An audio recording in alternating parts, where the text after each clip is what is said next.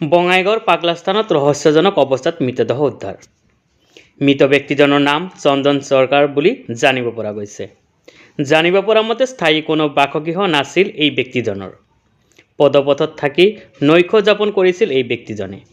পিছে কি কাৰণে এই ব্যক্তিজনৰ মৃত্যু হ'ল সেয়া এতিয়ালৈকে পোহৰলৈ অহা নাই। যদিও সমগ্ৰ ঘটনাৰ তদন্ত আৰম্ভ কৰিছে বঙাইগাঁও আৰক্ষীয়ে।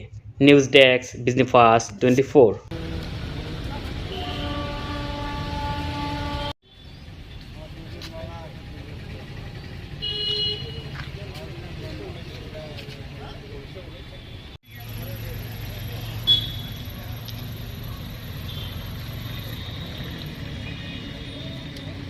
কি হৈছিল ঘটনাটো? ঘটনাটো হ'ল এনেতো নৰ্মেল কাম কৰি আছিল, মদ চদ খাই থাকে। খোৱাৰ পিছত হাত ভৰিত পানী আহি গ'ল। অহাৰ পিছতে লাহে লাহে লাহে লাহে ঘাঁহৰ নিচিনা হ'ল। ঘাঁহৰ নিচিনা হোৱাৰ পিছত তাতে পচি গ'ল জেগাটোত। পচাৰ পিছত তাতে গোন্ধ ওলাই, তাৰ পৰা মই ইয়াতে চিফ্ট কৰি দিলোঁ।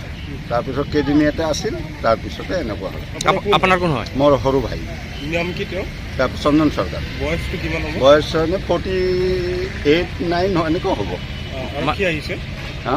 আৰক্ষী আহিছে, তদন্ত হ'ব।